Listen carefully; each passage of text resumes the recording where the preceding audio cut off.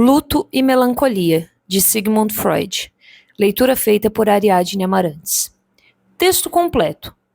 Tendo os sonhos nos servido de protótipo das perturbações mentais narcisistas da vida normal, tentaremos agora lançar alguma luz sobre a natureza da melancolia, comparando-a com o afeto normal do luto. Dessa vez, porém, devemos começar por fazer uma confissão, como advertência contra qualquer superestimação do valor de nossas conclusões. A melancolia, cuja definição varia inclusive na psiquiatria descritiva, assume várias formas clínicas, cujo agrupamento numa única unidade não parece ter sido estabelecido com certeza, sendo que algumas dessas formas sugerem afecções antissomáticas do que psicogênicas. Nosso material, independentemente de tais impressões acessíveis a todo observador, limita-se a um pequeno número de casos de natureza psicogênica indiscutível. Desde o início, portanto, abandonaremos toda e qualquer reivindicação à validade geral de nossas conclusões e nos consolaremos com a reflexão de que, com os meios de pesquisa à nossa disposição hoje em dia, dificilmente descobriríamos alguma coisa que não fosse típica, se não de toda uma classe de perturbações, pelo menos de um pequeno grupo delas. A correlação entre a melancolia e o luto parece ser justificada pelo quadro geral desses dois estados. Além disso, as causas excitantes devidas a influências ambientais são, na medida em que podemos discerni-las, as mesmas para ambas as condições. O luto, de modo geral, é a reação à perda de um ente querido, a perda de alguma abstração que ocupou o lugar de um ente querido, como o país, a liberdade ou o ideal de alguém, e assim por diante. Em algumas pessoas, as mesmas influências produzem melancolia em vez de luto. Por conseguinte, suspeitamos de que essas pessoas possuem uma disposição patológica. Também vale a pena notar que, embora o luto envolva graves afastamentos daquilo que constitui a atitude normal para com a vida, jamais nos ocorre considerá-lo como sendo uma condição patológica e submetê-lo a tratamento médico. Confiamos em que seja superado após certo lapso de tempo e julgamos inútil ou mesmo prejudicial qualquer interferência em relação a ele. Os traços mentais distintivos da melancolia são um desânimo profundamente penoso, a cessação de interesse pelo mundo externo, a perda da capacidade de amar, a inibição de toda e qualquer atividade e uma diminuição dos sentimentos de autoestima, a ponto de encontrar expressão em autorrecriminação e autoenvelhecimento, culminando numa expectativa delirante de punição. Esse quadro torna-se um pouco mais inteligível quando consideramos que, com uma única exceção, os mesmos traços são encontrados no luto. A perturbação da autoestima está ausente no luto. Afora isso, porém, as características são as mesmas. O luto profundo, a reação à perda de alguém que se ama, encerra o mesmo estado de espírito penoso, a mesma perda de interesse pelo mundo externo, na medida em que este não evoca esse alguém, a mesma perda da capacidade de adotar um novo objeto de amor, o que significaria substituí-lo, e o mesmo afastamento de toda e qualquer atividade que não esteja ligado a pensamentos sobre ele. É fácil constatar que essa inibição e circunscrição do ego é expressão de uma exclusiva devoção ao luto, devoção que nada deixa a outros propósitos ou a outros interesses. E realmente, só porque sabemos explicá-la tão bem, é que essa atitude não nos parece patológica. Parece-nos também uma comparação adequada chamar a disposição para o luto de dolorosa. É bem provável que vejamos a justificação disso quando estivermos em condições de apresentar uma caracterização da economia da dor. Em que consiste, portanto, o trabalho que o luto realiza? Não me parece forçado apresentá-lo da forma que se segue. O teste da realidade revelou que o objeto amado não existe mais, passando a exigir que toda a libido seja retirada de suas ligações com aquele objeto. Essa exigência provoca uma oposição compreensível. É fato notório que as pessoas nunca abandonam de bom grado uma posição libidinal, nem mesmo na realidade, quando um substituto já lhes acena. Esta oposição pode ser tão intensa que dá lugar a um desvio da realidade e a um apego ao objeto por intermédio de uma psicose alucinatória carregada de desejo. Normalmente, prevalece o respeito pela realidade, ainda que suas ordens não possam ser obedecidas de imediato. São executadas pouco a pouco, com grande dispêndio de tempo e de energia catexial, prolongando-se psiquicamente, nesse meio tempo, a existência do objeto perdido. Cada uma das lembranças e expectativas isoladas, através das quais a libido está vinculada ao objeto, é evocada e superinvestida, e o desligamento da libido se realiza em relação a cada uma delas. Por que essa transigência, pela qual o domínio da realidade se faz fragmentariamente, deve ser tão extraordinariamente penosa? De forma alguma é coisa fácil de explicar em termos de economia. É notável que esse penoso desprazer seja aceito por nós como algo natural. Contudo, o fato é que, quando o trabalho do luto se conclui, o ego fica outra vez livre e desinibido. Apliquemos agora à melancolia o que aprendemos sobre o luto. Num conjunto de casos, é evidente que a melancolia também pode constituir reação à perda de um objeto amado. Onde as causas excitantes se mostram diferentes, pode-se reconhecer que existe uma perda de natureza mais ideal. O objeto talvez não tenha realmente morrido, mas tenha sido perdido enquanto objeto amoroso, objeto de amor, como no caso, por exemplo, de uma noiva que tenha levado fora. Ainda em outros casos, nos sentimos justificados em sustentar a crença de que uma perda dessa espécie ocorreu. Não podemos, porém, ver claramente o que foi perdido, sendo de todo razoável supor que também o paciente não pôde conscientemente perceber o que perdeu. Isso, realmente, talvez ocorra dessa forma, mesmo que o paciente esteja consciente da perda que deu origem à sua melancolia, mas apenas no sentido de que sabe quem ele perdeu, mas não sabe o que perdeu nesse alguém. Isso sugeriria que a melancolia está de alguma forma relacionada a uma perda objetal, retirada da consciência, em contraposição ao luto, no qual nada existe de inconsciente a respeito da perda. No luto, verificamos que a inibição e a perda de interesse são plenamente explicadas pelo trabalho do luto, no qual o ego é absorvido. Na melancolia, a perda desconhecida resultará num trabalho interno semelhante e será, portanto, responsável pela inibição melancólica. A diferença consiste em que a inibição do melancólico nos parece enigmática porque não podemos ver o que é que o está absorvendo tão completamente. O melancólico exibe ainda uma outra coisa que está ausente no luto, uma diminuição extraordinária de sua autoestima, um empobrecimento de seu ego em grande escala. No luto, é o mundo que se torna pobre e vazio. Na melancolia, é o próprio ego. O paciente representa seu ego para nós como sendo desprovido de valor, incapaz de qualquer realização e moralmente desprezível. Ele se repreende e se envilece, esperando ser expulso e punido. Degrada-se perante a todos e sente comiseração por seus próprios parentes por estarem ligados a uma pessoa tão desprezível.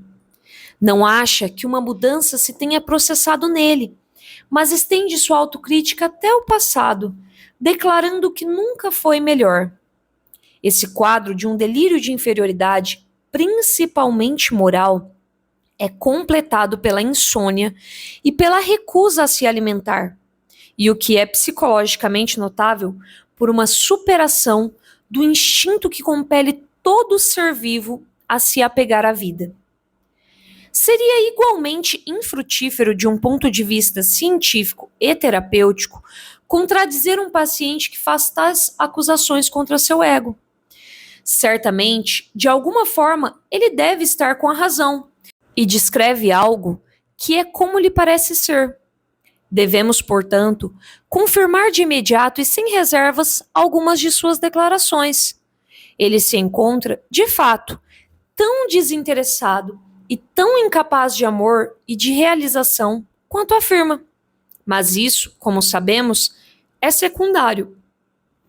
Trata-se do efeito do trabalho interno que lhe consome o ego.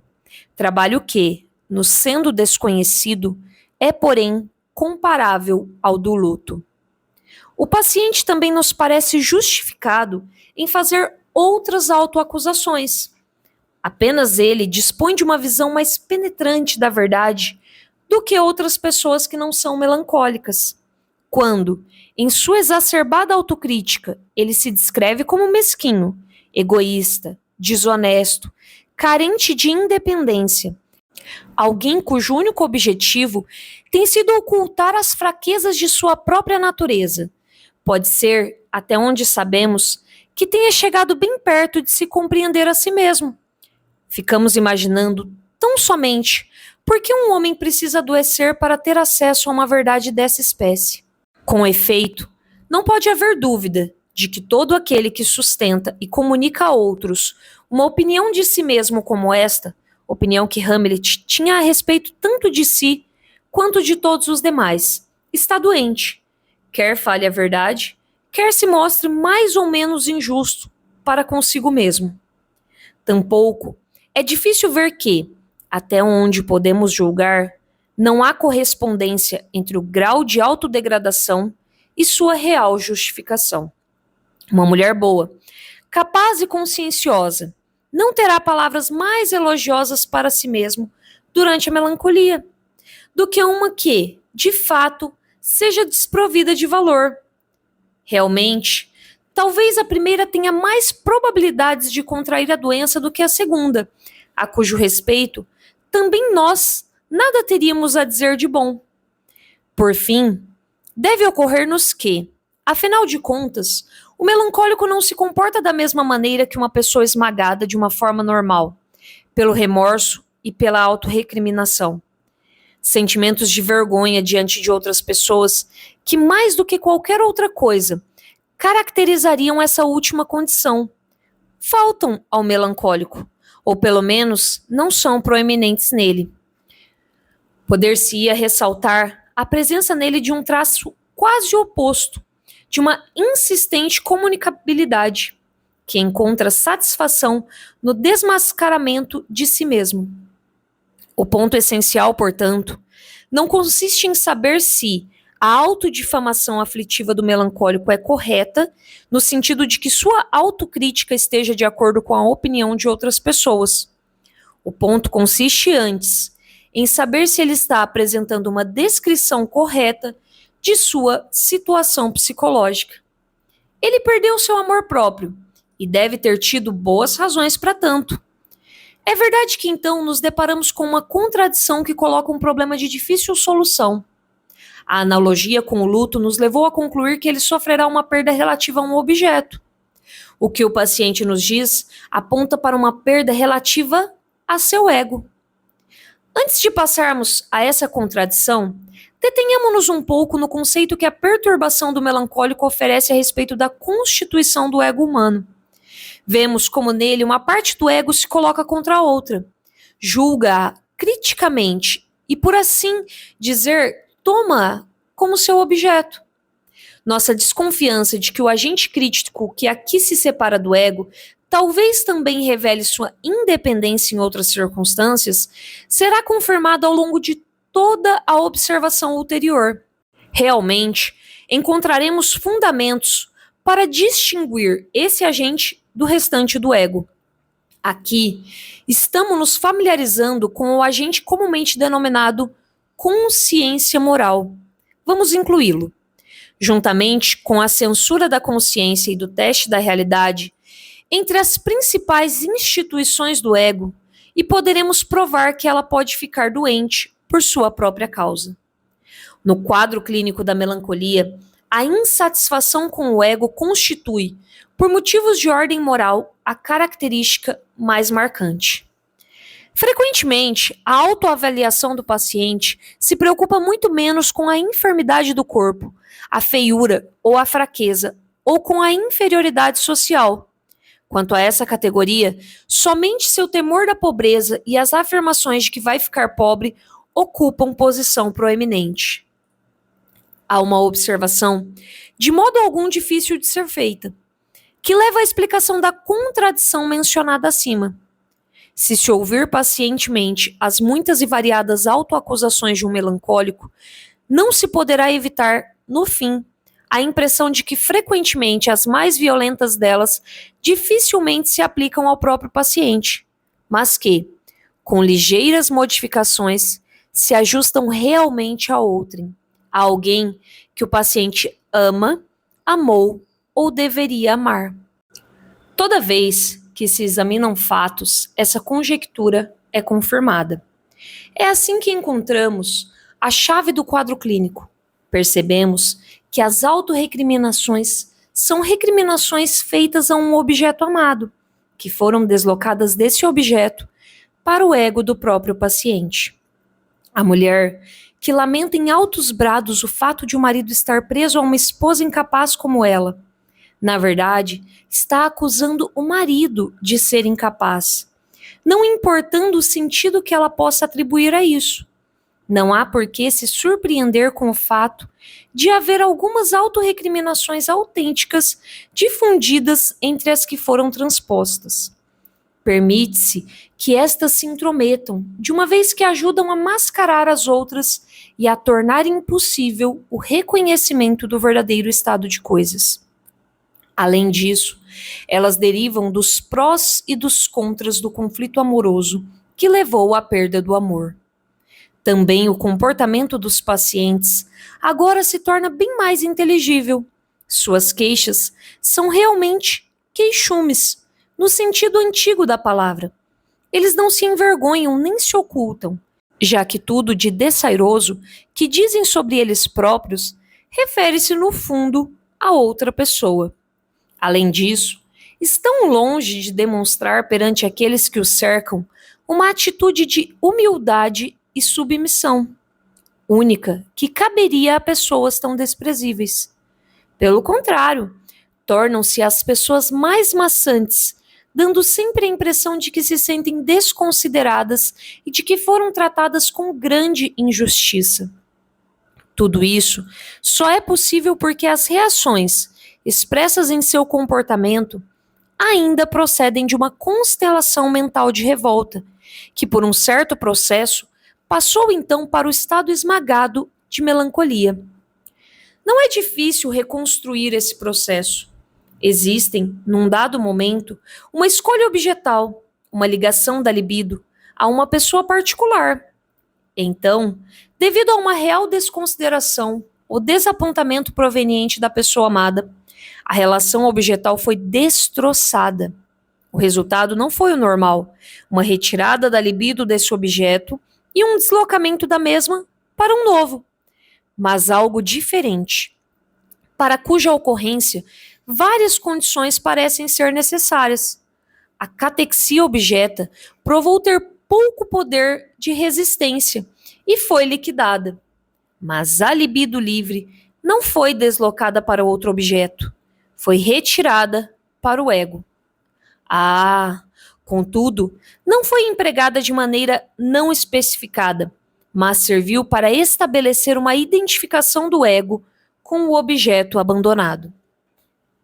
Assim, a sombra do objeto caiu sobre o ego, e este pôde, daí por diante, ser julgado por um agente, como se fosse um objeto, o objeto abandonado. Dessa forma, uma perda objetal se transformou numa perda do ego, e o conflito entre o ego e a pessoa amada, numa separação entre a atividade crítica do ego e o ego enquanto alterado pela identificação. Uma ou duas coisas podem ser diretamente inferidas no tocante às pré-condições e aos efeitos de um processo como este. Por um lado, uma forte fixação no objeto amado deve ter estado presente. Por outro, em contradição a isso, a catexia objetal deve ter tido pouco poder de resistência.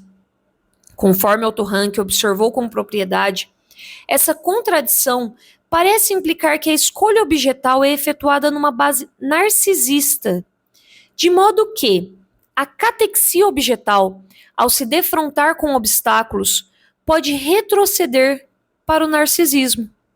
A identificação narcisista com o objeto se torna, então, um substituto da catexia erótica e, em consequência, apesar do conflito com a pessoa amada, não é preciso renunciar à relação amorosa.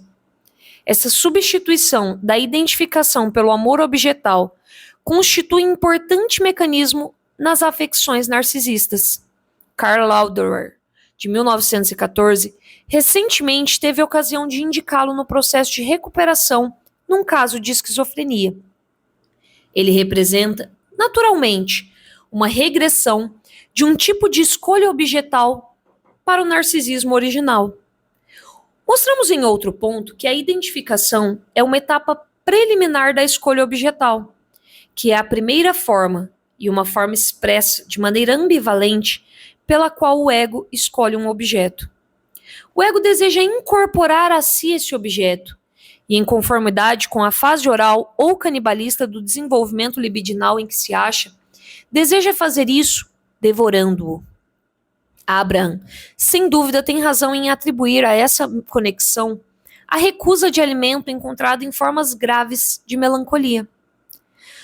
A conclusão que nossa teoria exigiria, a saber que a tendência a adoecer de melancolia, ou parte dessa tendência, reside na predominância do tipo narcisista da escolha objetal.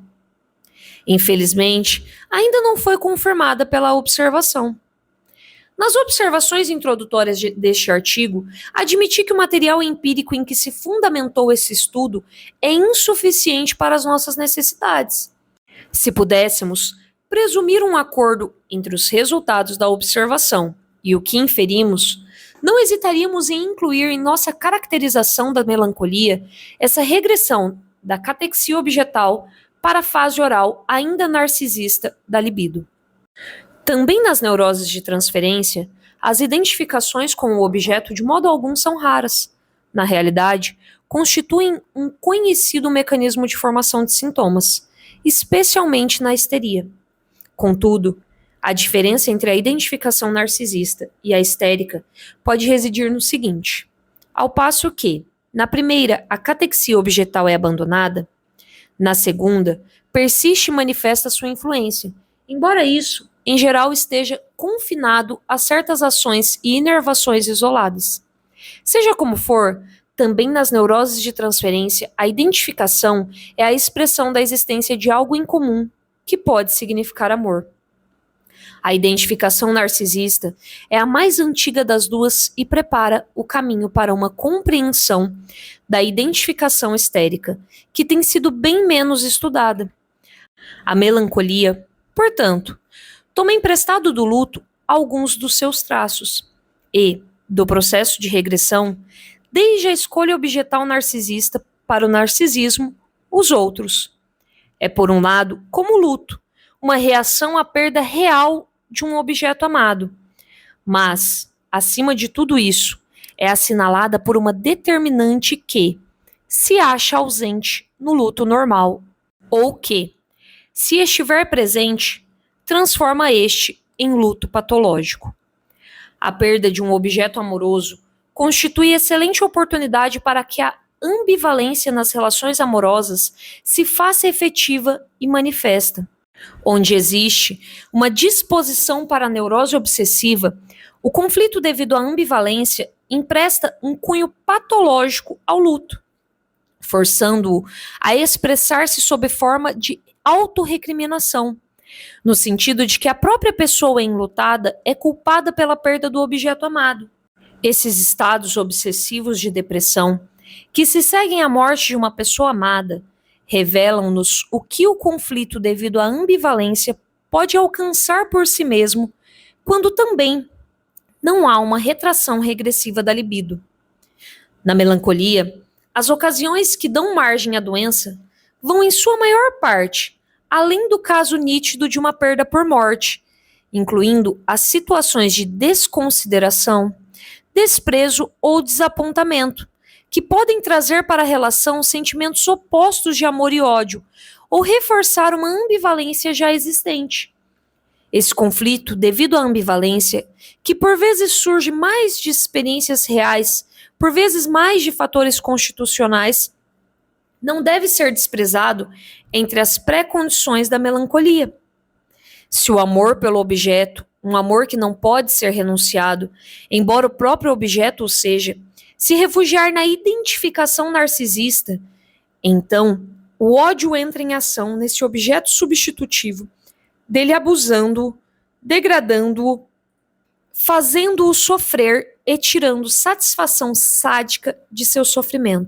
A autotortura, na melancolia, sem dúvida agradável, significa, do mesmo modo que o fenômeno correspondente na neurose obsessiva, uma satisfação das tendências do sadismo e do ódio relacionadas a um objeto, que retornaram ao próprio eu do indivíduo, nas formas que vimos examinando.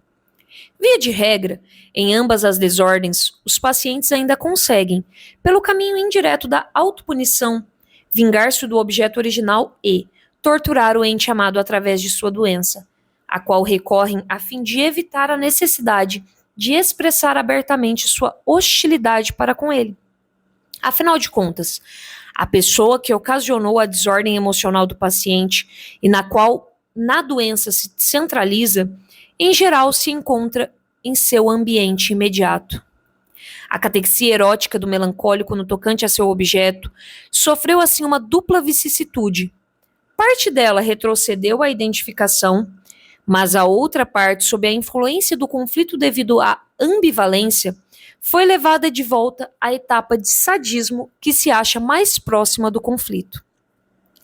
É exclusivamente esse sadismo que soluciona o enigma da tendência ao suicídio, que torna a melancolia tão interessante e tão perigosa. Tão imenso é o amor de si mesmo do ego, self-love, que chegamos a reconhecer como sendo o estado primevo do qual provém a vida instintual.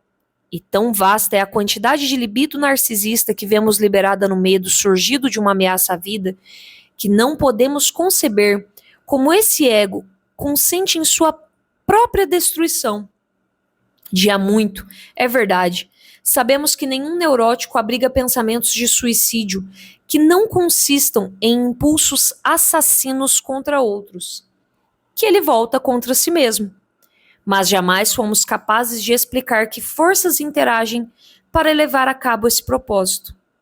A análise da melancolia mostra agora que o ego só pode se matar se, devido ao retorno da catexia objetal, puder tratar a si mesmo como um objeto, se for capaz de dirigir contra si mesmo a hostilidade relacionada a um objeto, e que representa a reação original do ego para com objetos do mundo externo. Assim, na regressão desde a escolha objetal narcisista, é verdade que nos livramos do objeto. Ele, não obstante, se revelou mais poderoso do que o próprio ego. Nas duas situações opostas, de paixão intensa e de suicídio, o ego é dominado pelo objeto, embora de maneiras totalmente diferentes.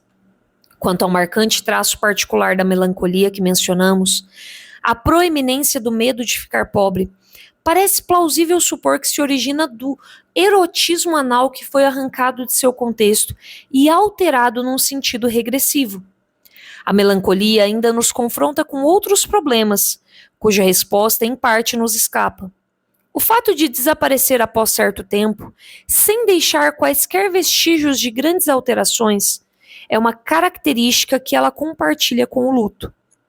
Verificamos, à guisa de explanação, que no luto se necessita de tempo para que o domínio do teste de realidade seja levado a efeito em detalhe e que, uma vez realizado esse trabalho, o ego consegue libertar sua libido do objeto perdido. Podemos imaginar que o ego se ocupa com um trabalho análogo no decorrer de uma melancolia. Em nenhum dos dois casos dispomos de qualquer compreensão interna, insight, da economia do curso dos eventos. Na melancolia, a insônia atesta a rigidez da condição, a impossibilidade de se efetuar o retraimento geral das catexias necessário ao sono. O complexo de melancolia se comporta como uma ferida aberta, atraindo a si as energias catexiais que, nas neuroses de transferência, denominamos de anticatexiais, provenientes de todas as direções e esvaziando o ego até este ficar totalmente empobrecido. Facilmente, esse complexo pode provar ser resistente ao desejo, por parte do ego, de dormir. O que provavelmente é um fator somático, fator este que não pode ser explicado psicologicamente, torna-se visível na melhoria regular da condição, que se verifica por volta do anoitecer. Essas considerações nos levam a perguntar se uma perda no ego, independentemente do objeto, um golpe puramente narcisista contra o ego, não bastará para produzir o quadro de melancolia. E se um empobrecimento da libido do ego, diretamente por causa de toxinas, não será capaz de produzir certas formas da doença. A característica mais notável da melancolia, e aquela que mais precisa de explicação, é sua tendência a se transformar em mania, estado este que é o oposto dela em sintomas. Como sabemos, isso não acontece a toda melancolia. Alguns casos seguem seu curso em recaídas periódicas, entre cujos intervalos sinais de mania talvez estejam inteiramente ausentes ou sejam apenas muito leves. Outros revelam a alteração regular de fases melancólicas e maníacas, que leva à hipótese de uma insanidade circular. Veríamos-nos tentados a considerar esses casos como não sendo psicogênicos, se não fosse o fato de que o método psicanalítico conseguiu chegar a uma solução e efetuar uma melhoria terapêutica em vários casos, precisamente dessa espécie. Não é apenas permissível, portanto, mas imperioso estender uma explanação analítica da melancolia também à mania. Não posso prometer que essa tentativa venha a ser inteiramente satisfatória. Mal nos leva além das possibilidades de tomarmos nossa orientação inicial. Temos duas coisas a empreender. A primeira é uma impressão psicanalítica. A segunda, o que talvez possamos chamar de um tema de experiência econômica geral. A impressão que vários investigadores psicanalíticos já puseram em palavras é que o conteúdo da mania em nada difere do da melancolia, que ambas as desordens lutam com o mesmo complexo, mas que provavelmente na melancolia o ego sucumbe ao complexo, ao passo que na mania domina-o ou o põe de lado. Nosso segundo indicador é proporcionado pela observação de que todos os estados, tais como a alegria, a exultação ou o triunfo, que nos fornecem o modelo normal para a mania, dependem das mesmas condições econômicas. Aqui aconteceu que, como resultado de alguma influência, um grande dispêndio de energia psíquica já muito mantido ou que ocorre habitualmente, finalmente se torna desnecessário, de modo que se encontra disponível para numerosas aplicações e possibilidades de descarga, quando, por exemplo, algum pobre miserável, ganhando uma grande soma de dinheiro, fica subitamente aliviado da preocupação crônica com seu pão de cada dia. Ou quando uma longa e árdua luta se vê, afinal, coroada de êxito. Ou quando um homem se encontra em condições de se desfazer de um só golpe, de alguma compulsão opressiva, alguma posição falsa que teve de manter por muito tempo, e assim por diante. Todas essas situações se caracterizam pela animação, pelos sinais de descarga de uma emoção jubilosa e por maior disposição para todas as espécies de ação. Da mesma maneira que, na mania, e em completo contraste com a depressão e a inibição da melancolia, podemos aventurar-nos a afirmar que a mania nada mais é do que um triunfo desse tipo.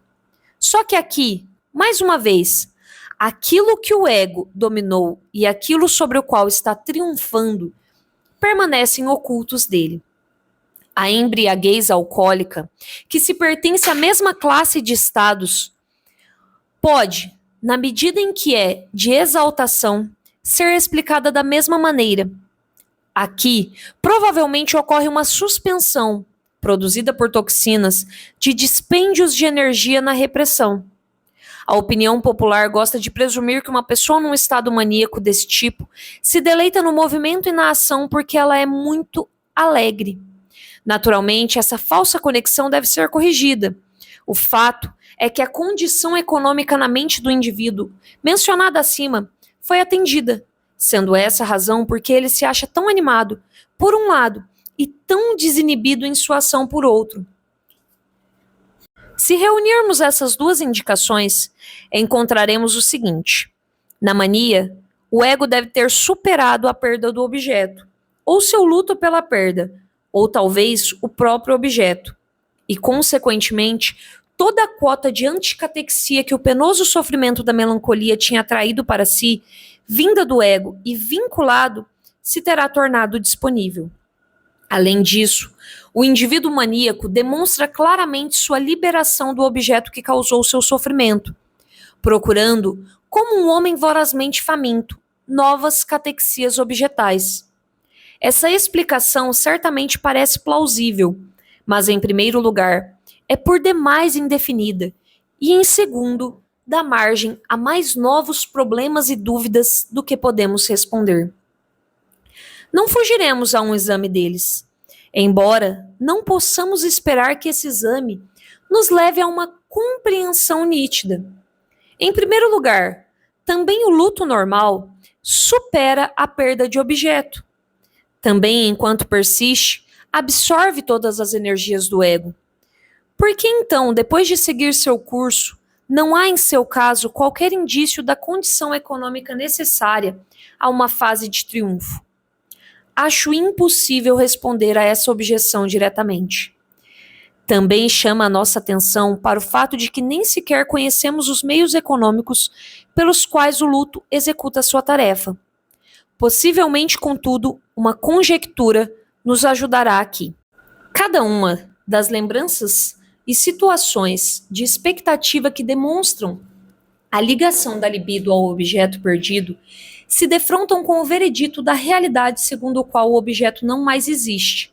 E o ego, confrontado, por assim dizer, com a questão de saber se partilhará desse destino e, persuadido pela soma das satisfações narcisistas que deriva de estar vivo, a romper sua ligação com o objeto abolido. Talvez possamos supor que esse trabalho de rompimento seja tão lento e gradual que, na ocasião em que tiver sido concluído, o dispêndio de energia necessária a ele também se tenha dissipado. É tentador continuar a partir dessa conjectura sobre o trabalho do luto e tentar apresentar um relato do trabalho da melancolia. Aqui, de início, nos defrontamos com uma incerteza. Até agora, quase não consideramos a melancolia do ponto de vista topográfico. Nem perguntamos a nós mesmos, nesse meio tempo, em que ou entre que sistemas psíquicos o trabalho de melancolia se processa. Que parte dos processos mentais da doença ainda se verifica em conexão com as catexias objetais inconscientes, abandonadas, e que parte em conexão com seu substituto por identificação no ego. A resposta rápida e fácil é que a apresentação da coisa inconsciente do objeto foi abandonada pela libido. Na realidade, contudo, essa apresentação é composta de inumeráveis impressões isoladas, ou traços inconscientes delas. E essa retirada da libido não é um processo que possa ser realizado num momento, mas deve, por certo, como no luto, ser um processo extremamente prolongado e gradual. Se ele começa simultaneamente em vários pontos ou se segue alguma espécie de sequência fixa, não é fácil decidir. Nas análises, torna-se frequentemente evidente que primeiro uma lembrança e depois outra é ativada, e que os lamentos que soam sempre como os mesmos e são tediosos em sua monotonia procedem, não obstante, cada vez de uma fonte inconsciente diferente. Se o objeto não possui uma tão grande importância para o ego, importância reforçada por meios, então também sua perda não será suficiente para provocar quer o luto, quer a melancolia.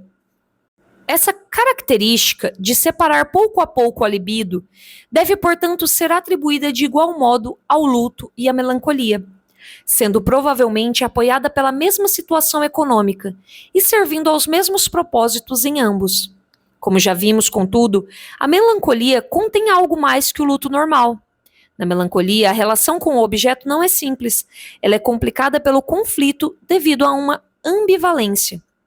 Esta ou é constitucional, isto é, um elemento de toda relação amorosa formada por esse ego particular, ou provém precisamente daquelas experiências que envolveram a ameaça da perda do objeto. Por esse motivo, as causas excitantes da melancolia têm uma amplitude muito maior do que as do luto, que é na maioria das vezes ocasionado por uma perda real do objeto por sua morte. Na melancolia, em consequência, travam-se inúmeras lutas isoladas em torno do objeto, nas quais o ódio e o amor se digladiam. Um procura separar a libido do objeto, o outro defender essa posição da libido contra o assédio. A localização dessas lutas isoladas só pode ser atribuída ao sistema inconsciente, a região dos traços de memória de coisas, em contraste com as catexias da palavra. No luto, também os esforços para separar a libido são enviados nesse mesmo sistema, mas nele nada impede que esses processos sigam o caminho normal através do inconsciente até a consciência. Esse caminho, devido talvez a um certo número de causas ou a uma combinação delas, está bloqueado para o trabalho da melancolia. A ambivalência constitucional pertence por natureza ao reprimido. As experiências traumáticas em relação ao objeto podem ter ativado outro material reprimido. Assim, tudo o que tem que ver com essas lutas devidas à ambivalência permanece retirado da consciência, até que o resultado característico da melancolia se fixe. Isso, como sabemos, consiste no abandono, por fim, do objeto pela catexia libidinal ameaçada.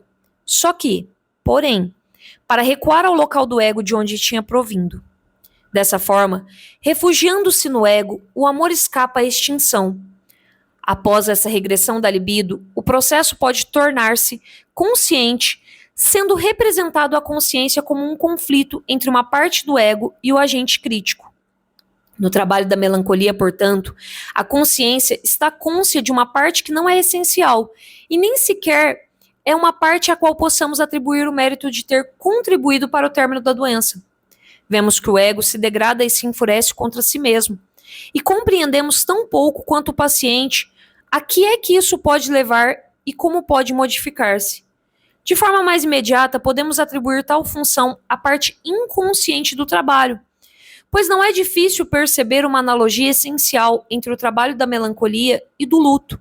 Do mesmo modo que o luto compele o ego a desistir do objeto, declarando-o morto e oferecendo ao ego o incentivo de continuar a viver, assim também, cada luta isolada da ambivalência distende a fixação da libido ao objeto, depreciando-o, denegrindo-o e mesmo, por assim dizer, matando-o. É possível que o processo no inconsciente chegue a um fim, quer após a fúria ter se dissipado, quer após o objeto ter sido abandonado como destituído de valor. Não podemos dizer qual dessas duas possibilidades é a regular ou a mais usual para levar a melancolia a um fim, nem que influência esse término exerce sobre o futuro curso do caso. O ego pode derivar daí a satisfação de saber que é o melhor dos dois, que é superior ao objeto. Mesmo que aceitemos esse conceito a respeito do trabalho da melancolia, ele ainda não proporciona uma explanação do único ponto que nos interessa esclarecer.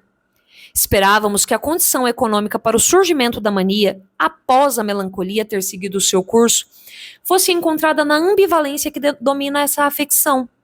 E nisso, encontramos um apoio proveniente de analogias em vários outros campos. Mas existe um fato diante do qual essa expectativa tem de se render. Das três pré-condições da melancolia, perda do objeto, ambivalência e regressão da libido ao ego, As duas primeiras também se encontram nas autorrecriminações obsessivas que surgem depois da ocorrência de uma morte. Indubitavelmente, nesses casos, é a ambivalência que constitui a força motora do conflito, revelando-nos a observação que, depois de determinado conflito, nada mais resta que se assemelhe ao triunfo de um estado de mente maníaco. Somos levados, assim, a considerar o terceiro fator como o único responsável pelo resultado, o acúmulo de catexia que, de início, fica vinculado e, terminado o trabalho da melancolia, se torna livre, fazendo com que a mania seja possível. Deve ser ligado à regressão da libido ao narcisismo. O conflito dentro do ego, que a melancolia substitui pela luta pelo objeto, deve atuar como uma ferida dolorosa que exige uma anticatexia extraordinariamente elevada.